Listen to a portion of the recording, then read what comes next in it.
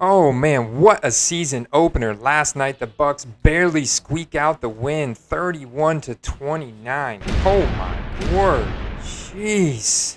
And we had over 1,000 different individual rookie card sales between the two teams between yesterday and today. So what we're going to do is break down the fantasy and football action from last night. We're going to look at the rookie card market for 14 different players between both of these offenses and break it down, how many have sold, what they're selling for, what kind of cards are selling on which platform.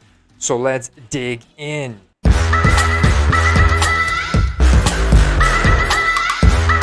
Let's start with the Dallas Cowboys because Dak Prescott looked very good, looked very healthy. His mobility, his ankle mobility looked great. 42 completions on 58 passing attempts for 403 yards, 3 touchdowns, 1 interception, only 1 sack, a QBR of 101.4. That's 31.42 fantasy points. He absolutely balled out last night against my Tampa Bay defense. Our secondary really struggled to cover those receivers. He made some great passes, and so let's look at it.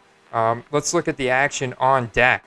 Only a few sales on Starstock, 1A base donruss for 40, 1A select premier for 90. Let's look at Dak's eBay sales. He had 175 sales between yesterday, game day, game night, and today, and a lot of graded cards, a lot of liquidity around that base donruss and that optic and his prism. Those are the most liquid cards, but on eBay, I'm also noticing a trend of a lot of autographed cards, a lot of serial numbered cards, a lot of unique cards being sold on eBay. 175 total sales. Looking at the rushing game from the Cowboys, it was very quiet. They had a very difficult time running the ball. In fact, Tony Pollard outscored Ezekiel Elliott last night in fantasy, and they only had 1 sale each on Starstock. It was small sales. Over on eBay, Zeke still had 50 sales, and this was probably a lot of leading up into the game last night.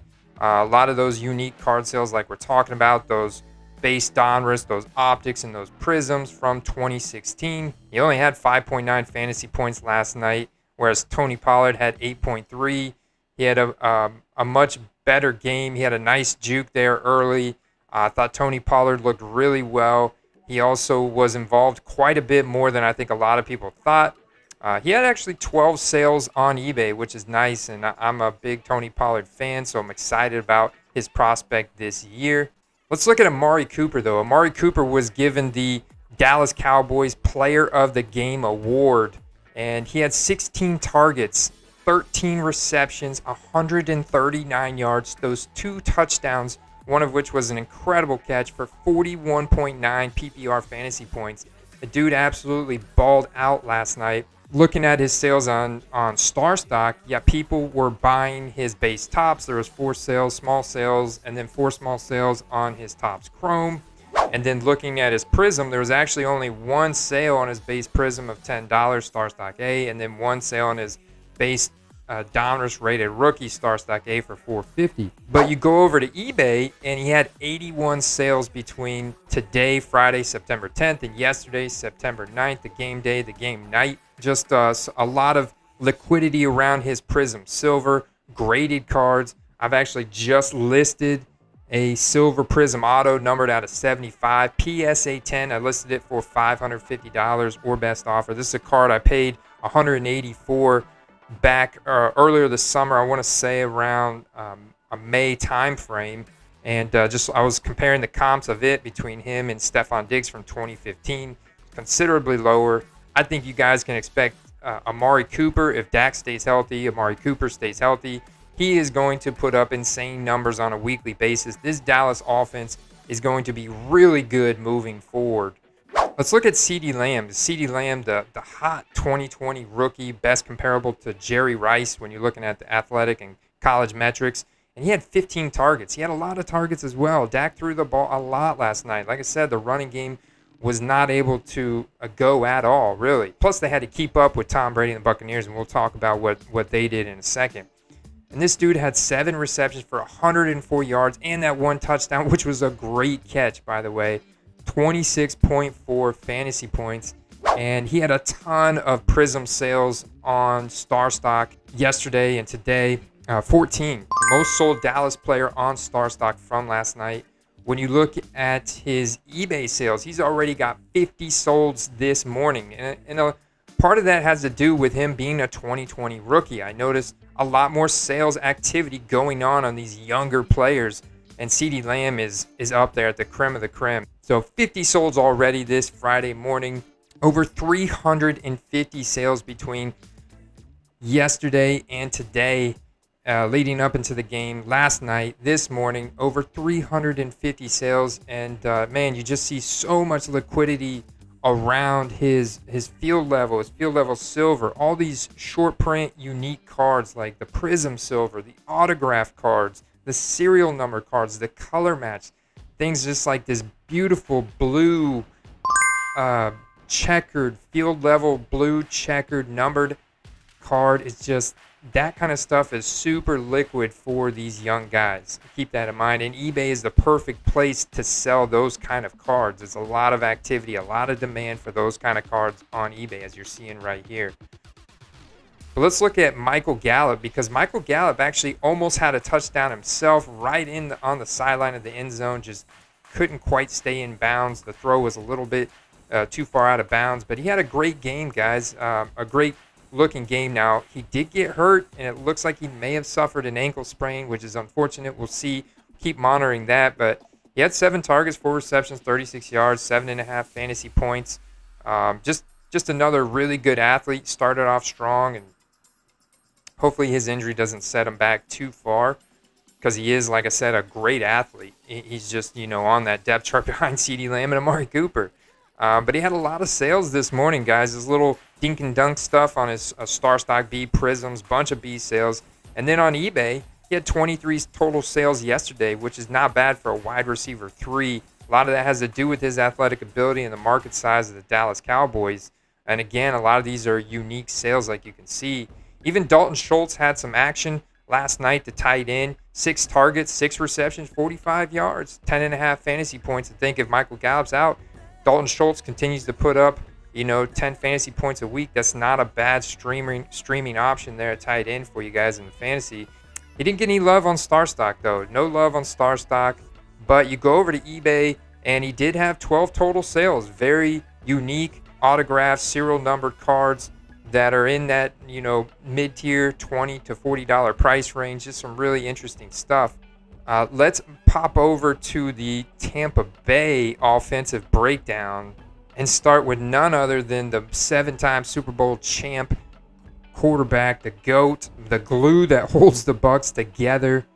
You can see the coaching decisions coming down there at the end of the game when Tom Brady's looking over at Bruce Arians going, no.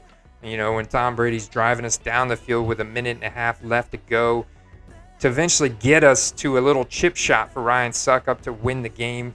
And he had a QBR of 97. He was 32 for 50, so threw the ball a lot as well. 379 yards. It was a very tactical game from Tom Brady. Tore Dallas up over the middle of the field, as we'll see here. 4 touchdowns. Now, 2 interceptions. One of those we'll talk about, and that came out to 32.1 fantasy points. So Brady doing his thing once again for fantasy. I definitely see Brady as the front runner right now for the MVP in 2021. That's my prediction. There's a little bit of bias involved there, but that's my prediction. And Tom Brady, this is incredible because his rookie card goes back to all the way to Y2K, year 2000, and he had 136 total sales on eBay. Just incredible. A lot of liquidity around that Impact, which is the one I have. The Bowman's iconic. I mean, that's really like my grail card. I'd love to one day get a Bowman Chrome Tom Brady rookie card graded. That for me, that's like the grail. And then that, the playoff, and there's a lot of the Upper Deck Victory, the Sage cards. A lot of different options for Brady actually available in that in 2000 between Upper Deck and between Skybox and between SP and between Playoff. It was a unique transition period for football cards, and so there's some interesting options for Tom Brady, as you can see here. But definitely the creme de la creme is the Bowman and the Bowman Chrome for Brady. and then any of those playoff tickets. Let's look real quick, touch on the rushing game, because Ronald Jones was 4 for 14, but he had an ugly fumble that led to a Dallas Cowboys touchdown that gave them some serious momentum in this game. And he's going to be on the bench for a while. They're not going to be trusting him with a lot of carries anytime soon. In fact, he was not even active in the game at all in the second half after that fumble. Lenny was 9 carries for 32 yards on the ground. It was a difficult night rushing against the Dallas Cowboys. Micah Parsons looked really good in his NFL debut last night.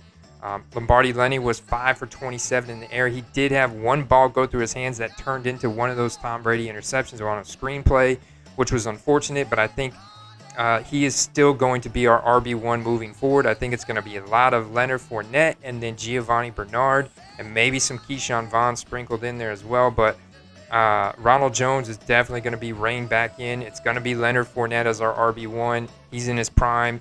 And then Giovanni Bernard taking those satellite duties when need be. He had 22 total sales on eBay, wasn't too active. Again, the rushing game for both of these teams was very quiet last night due to the game script scenario. It just turned into a shootout, guys. It was insane. And looking at Gronk, I mean, Gronk had a huge night, guys. Gronk had a huge night, 8 for 8, 90 yards, 2 touchdowns. Oh, man, some beautiful touchdowns there from Gronk. Some beautiful catches. He made a one-handed catch.